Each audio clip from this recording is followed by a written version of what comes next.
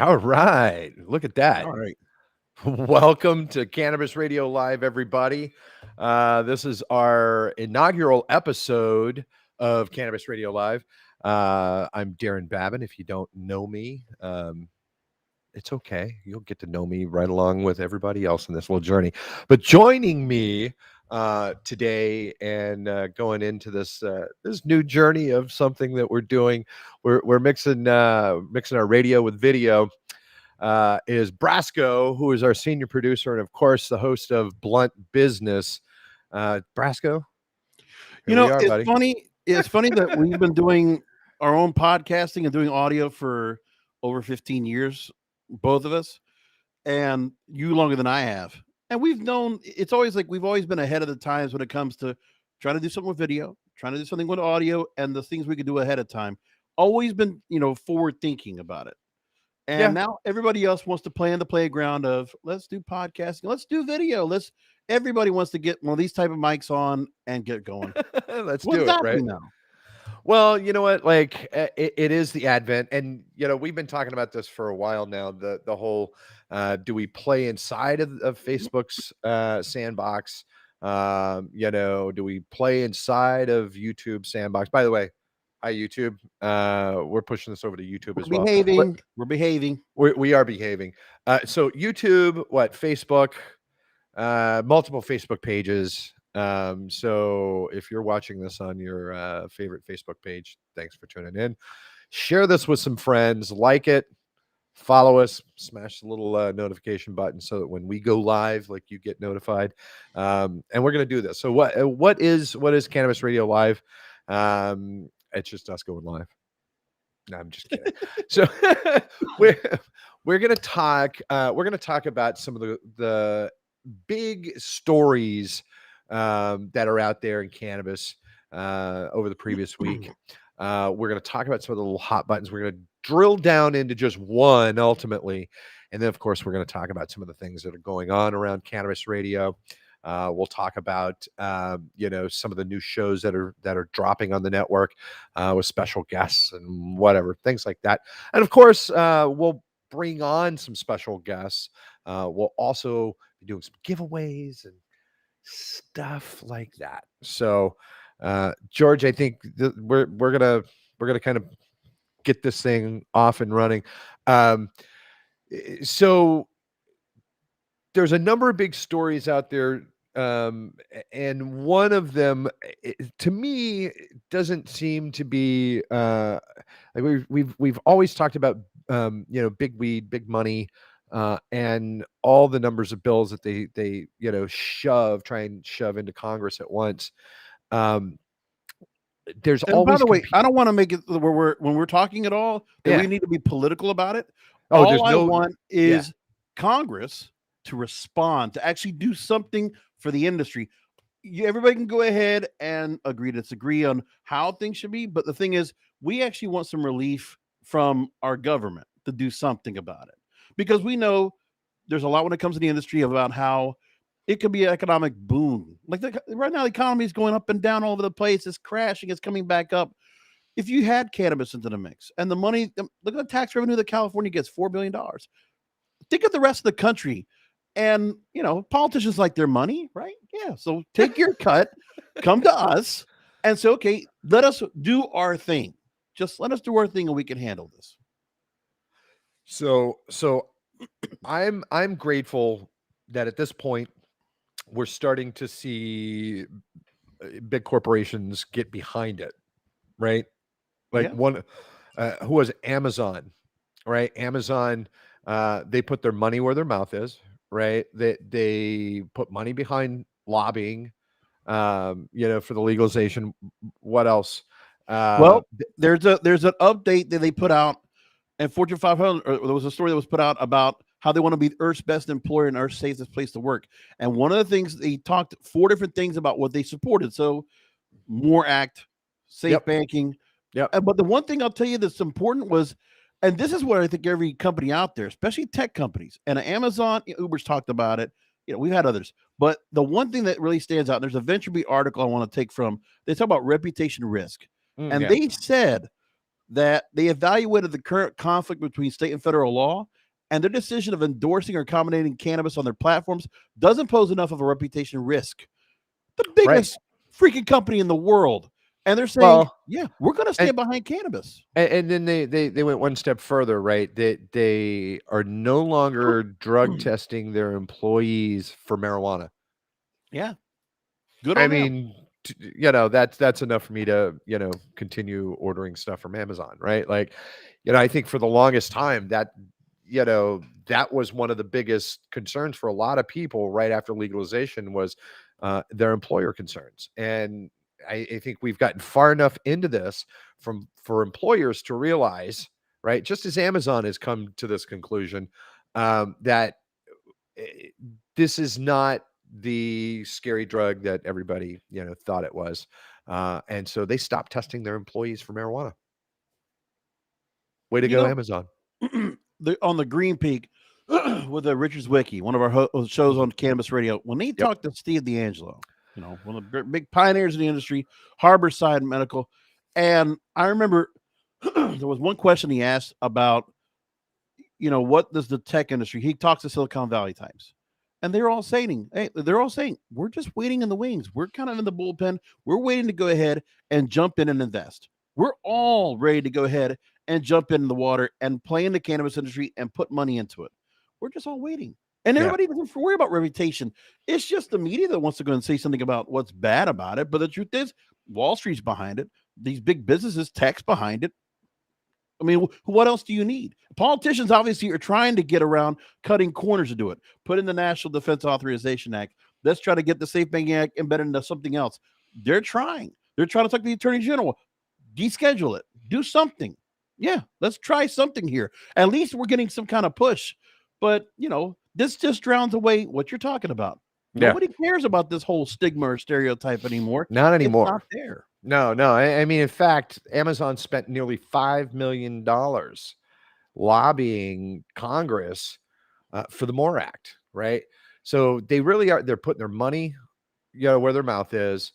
They're backing up their mouth with their actions with their own employees. And they're out there trying to encourage other businesses to do the same. And reputationally, George, like you said, this isn't an issue. Amazon hasn't taken it on the chin for it, and I don't believe anybody else is going to either. You're not just talking about Amazon.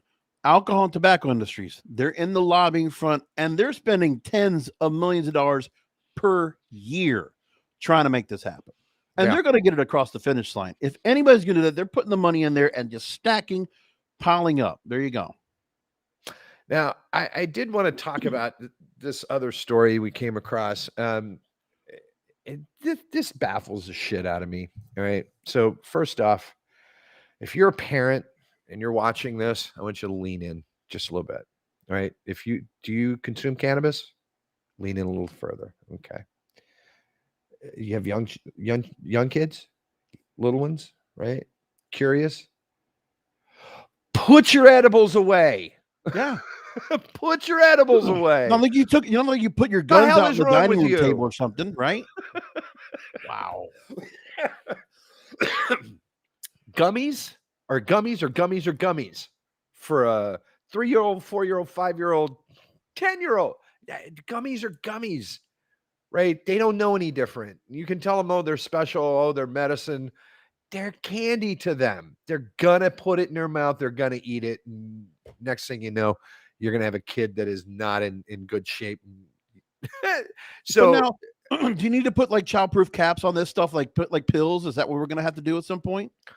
Well, so look, childproof packaging is not as, that like that's already there right now in the cannabis industry, right?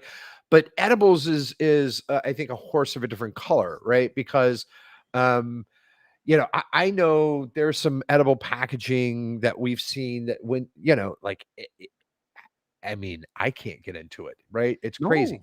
But what happens when you have a 5-year-old that knows how to crack a safe?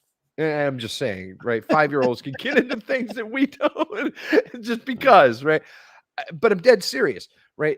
So look, there was a study that was done up in Ontario, and they saw from before edibles were legal across the country in Canada, right?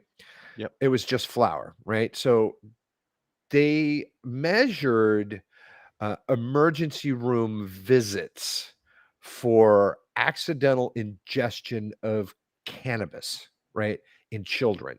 And so specifically, this was edibles. So somebody go, they'd buy some flour, make their own edibles at home, and kids getting into it. The numbers were dramatically different between once um, uh, edibles were legalized and able to be packaged up and sold en masse. The numbers went through the roof, which means By the way, what? edibles It, have it, only been a it, couple of years legalized it's in just Canada. yeah. So Very short time. correct. So what I'm saying is, don't be lazy parents. I don't know what that shit is, right? For those of you in the business, we all know this. We need to educate our consumers about what they need to be doing with their product when they get it home, or it's in the car. They leave it in the car. They go into. Don't leave your cannabis products in the cabin of the vehicle. Don't do it. You're supposed to put it in the trunk, lock it. Why? Why is it that you do this? Uh, any state that you talk to, any cannabis attorneys in, they're going to tell you when you leave the dispensary, you put it in your trunk, lock it, right? That it's an extra layer of security if you get pulled over. Also, if you have kids in the car and you're not paying attention, you're on the phone, your kids go digging in the bag. Yeah, but And that's the you obvious know thing who about the you are kids. with those kids. You know who Yeah, you are. but it's Control an your obvious kids. thing with the kids. But you also know they're going to do is the government can also do a little bit better at that. Like when they're doing the legalization, they're talking about the fact that okay, we need to package it to be a certain way. There can't be certain branding on it. They're worried about that. They're worried more about pulling people over, even when legalization's in play, and people are still getting pulled over for having cannabis in the car. Like they're still kind of backwards in a lot of things trying to correct this. So when you see one of their officials talk about, well, their legalization was intended to prevent increases in child cannabis poisonings. Well, the other problem is, how do you know these are not edibles that were kind of like put together by, the parents and like they might have made some brownies or something like that, and that might Right. have poisoned them as well. You don't know what they're going to do with those. No, correct. That's my point is like if you've got small ones, you've got to be mindful that the small ones are going to get into it. You have to lock your stuff up, lock your flour up, lock your vape pens up, your carts, lock up your if you make can of butter, lock all that up.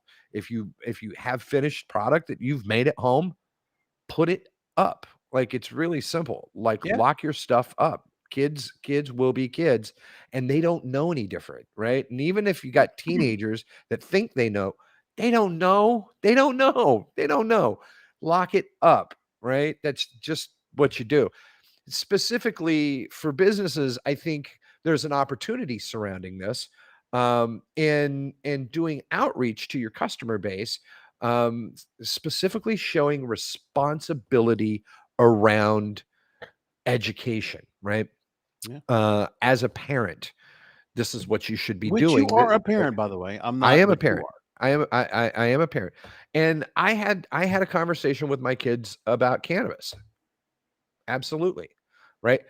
Um, every parent needs to do that, right? Because look, I'm the former state director for Normal in Arizona, and I can tell you one of the things that I learned in that capacity, that I was able to help with, other parents realize, um, the very first thing that kids get access to, and this is crazy. It's not booze, it's not weed, it's mom and dad's medicine cabinet. That's the first place, right? Liquor cabinet, yeah. As medicine cabinet 1, liquor cabinet 2. Yeah. And it happens like that. And then we wonder, like, what happened to my kids? Where did that come from? Because you weren't paying attention, right? So I would encourage people, pay attention. If you're a business owner, this is an opportunity to talk to your customers who are parents about how they should be storing their purchases when they get home. And by the Right? way, I bet you the parents that probably had to take their kids to the hospital. I'm partly joking, but I'm sure they're the ones that are getting over coddled and overprotected. Oh, we got to put you in a bubble. We can't let you get harmed by anything. Oh, my little daughter can't be hurt by anything at Right, all. right. These evil edibles. Oh, Yeah, the edibles aren't evil, but they right. shouldn't they shouldn't be in a child ever. No. So Smart parents, get smart, we please. have to got to Wow. fix that. Okay. Speaking of things that everybody overprotects about, especially with the kids now these Yeah, days, our yeah. spotlight, Our spotlight. Do you want to say it? COVID. COVID. Look, So okay, yeah. I Yeah. mean, yeah. Okay, George. I see you're rolling your eyes. Well, remember, I went to school to be a journalist when it first all came about, and I'm ashamed of what the media has become on how they're treating COVID. Look, it's so hard for everybody to get the right message here because I don't want to talk about what all the cable news says or all the other local news says. All I know is my own experience. Okay, got 2 shots. Well, I got the J&J, the initial and the booster. I got COVID right around Christmas. That's what it's supposed to do. That's what vaccines are supposed to do. You're supposed to feel a piece of the sickness. That's how you get immunity to it or how you fight it off. So this whole thought of like you take the shot and then you're gonna never get it. You're idiots. That's what it's meant to do. My brother is, he's a medical professional now. He's working radiology. He's working in the emergency rooms all the time. He says, "Trust me, there's other things you're worrying about all the time, like dengue and whatever, like gangrene and stuff like that. That's much more deadlier than this stuff." And he has to see that in a quite a regular basis. So for everybody to get so scared because of what happened here at the beginning, we didn't know anything, but now it's like, Now you can smoke a God joint and forbid you not want to get say it. there's some other things you could use besides the vaccine to take care of yourself from it. Oh, there's might be pills that might work. There might be other things, and actually cannabis. Okay. Maybe even cannabis. Okay. So pump the brakes just a minute and let's rewind. So don't go out on a limb and say, I would never say cannabis would cure COVID or keep you from getting it. However, the story has captured the country in the last week and a half, 2 weeks. Basically there was a lab study that was released that found that cannabis compounds basically have the ability to stop COVID from entering human cells. Now, there's a whole lot packed into that statement, and one needs to consider what that really means. This particular study, it doesn't mean that you can go get high, smoke.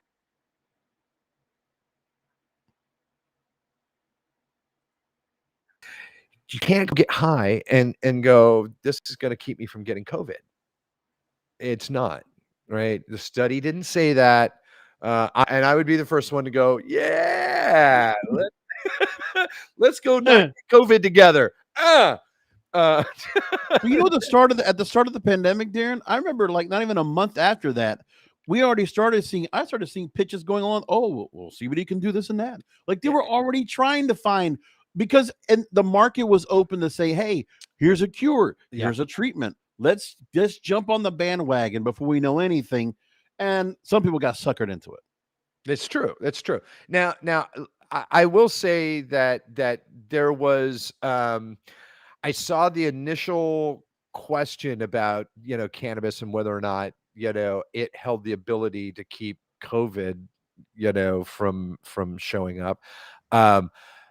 But that kind of went away. We didn't hear anything else about it for like a year and a half, maybe 2 years. Now here we are, and suddenly there's a study and we're seeing information about this. And so guys, understand that there's a couple of things you need to wrap your head around when you're considering this. Essentially what you need to understand is what they found out. There were 2 chemical compounds, and they did this with hemp. Okay. And it's not to say that these compounds aren't also found in cannabis, but specifically hemp. CBGA, right, or cannabigerolic acid, say that fast 3 times, and cannabidiolic acid, right, CBDA. Both of these compounds bound themselves to the coronavirus spike proteins, which allowed the virus to enter human cells, right? So these particular compounds would help keep coronavirus from penetrating the human cell ultimately. And so, to quote this article from Fortune, it ultimately means that cannabis molecules were able to take away the virus's ability to enter healthy cells. And this is the key takeaway, at least in a petri dish. Yeah. Now, everybody's running around screaming to the rooftops, oh, there's a study out. Blah, blah, blah, blah, blah. This was all done in a petri dish, right? The human body has far more going on in it than a freaking petri dish. And so I not to dismiss what these particular compounds are doing with respect to allowing COVID to enter a human cell, right? A healthy cell. If ultimately this is something great, it just means we need more research, right?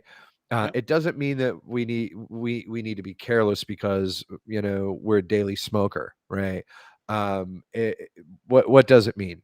It means be safe, wash your hands, wear your masks, run through all your whatever you believe your safety protocol is. That's what you need to be doing.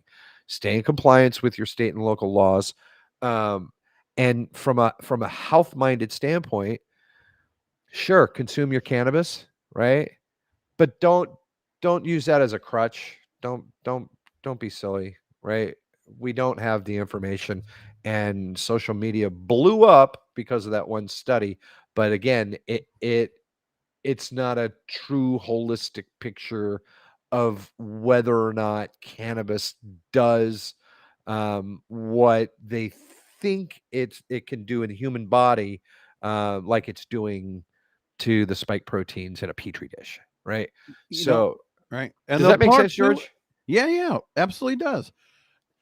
But we won't have a chance to get the test subjects. We won't get a chance to go ahead and find out if people will get to go ahead and try it, because there's for every part of that study we get, there's a part where they talk about where we have actual an FDA approved medicine that says that more people will become testing positive for COVID even while they're taking doses.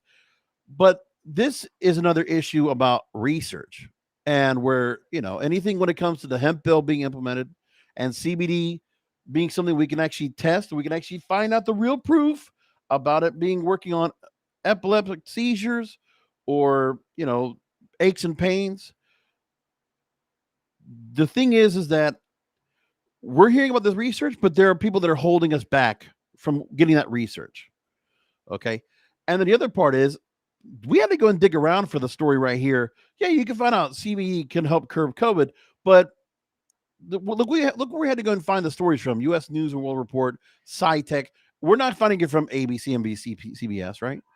These news sources are not giving us any of this right here. God forbid they're going to have something that's going to go ahead and go against the narrative they've been having, fear mongering everybody this whole time. Hey, why don't we find out about it? Why don't we check it out? Why don't you do a little investigating? You have all these millions of dollars. Can we take a little bit of time, a little bit to go and look?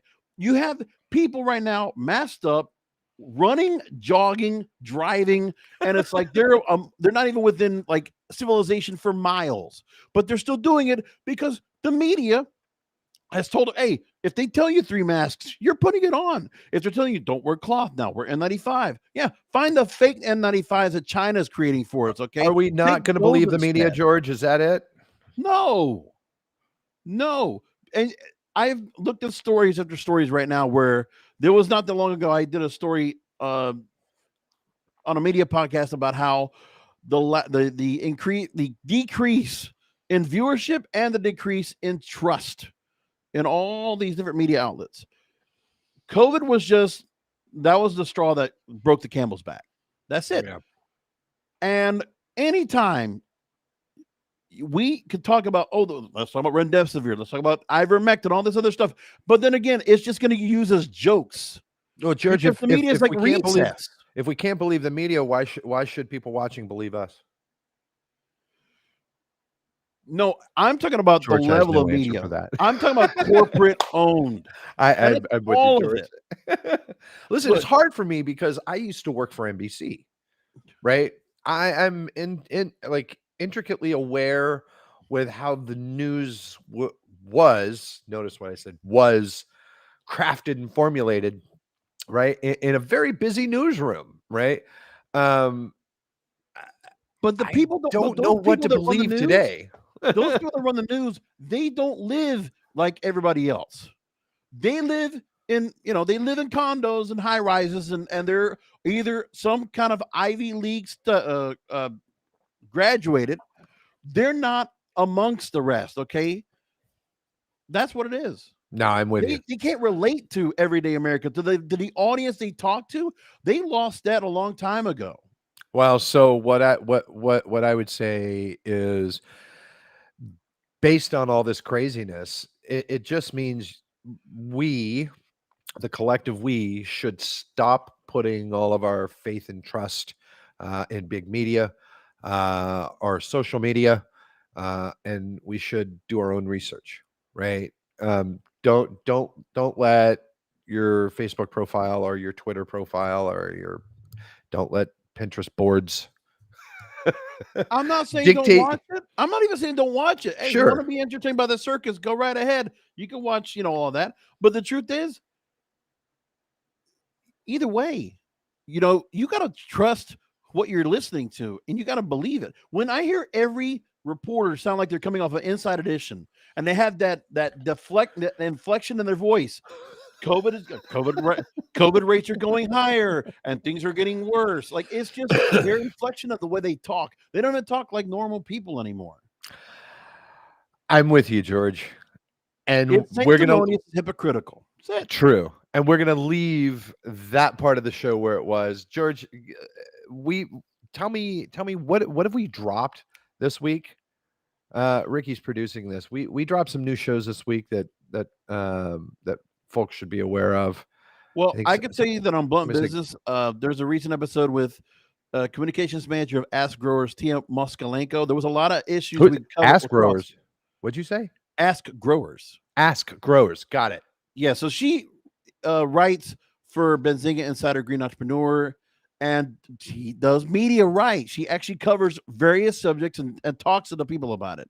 And they have a website now that's much like how Substack is, where they're trying to get actual stories put together, educating and informing brands and helping manufacturers talk directly to customers. So we talked about legalization. We talked about mergers and acquisitions and monopolies in marijuana. We talked about, cannabis going mainstream, where tech's involved with it, that whole part. Then we could also mention how we talked to the folks that produce psychedelic water. And we're getting into psychedelics when we talk on certain things on Cannabis Radio. So we learned about that. I got a case of it still sitting here. I need to go and send down to you there, Darren. I have some psychedelic water in here now. I ironically ended up buying some of it myself. One other, let's see, and folks, for any of these shows, Blunt Business or Green Peak with Richard Zwicky, he just talked to Radical Science co-founder and executive chair Palin Thorogood. All of these shows are available over on cannabisradio.com. Run on over there. Check out what your favorite shows are. Kind of, there's a lot. There's a ton. I mean, we've been doing this a long time. So go drill down, figure out what interests you, then head over, use your phone, go to the podcast app, search your favorite show, subscribe. Bam, it's that easy. Then you'll stay in the loop. Brasco here, he's on every week. His show, one of the top shows on the network, always. So Make sure you subscribe. George, that's going to do it for us. We're actually done. Folks, anybody, if you guys want to send any questions, you want to talk about being a part of this, love to have any of you guys come and join us and be a part of this. Happy to take your suggestions, your comments. You want us to review some products or whatever, we'll do that too. Send us an email to info@cannabisradio.com. info@cannabisradio.com. And that's what I got today. George? Oh, you're good. That's I it. think we don't need to be much longer than this. No, I think that's it. it's not like we're not those other podcasters who are like celebrities that just want to go and hear themselves talk for 4 hours at a time or things like that. No, we respect your time. We want to make sure to get in and out, give you what you need, and you can move on with your day. In and out like a cheap hooker. Guys, that's it for me. We'll see you next week right here on Cannabis Radio Live. Thanks, everybody.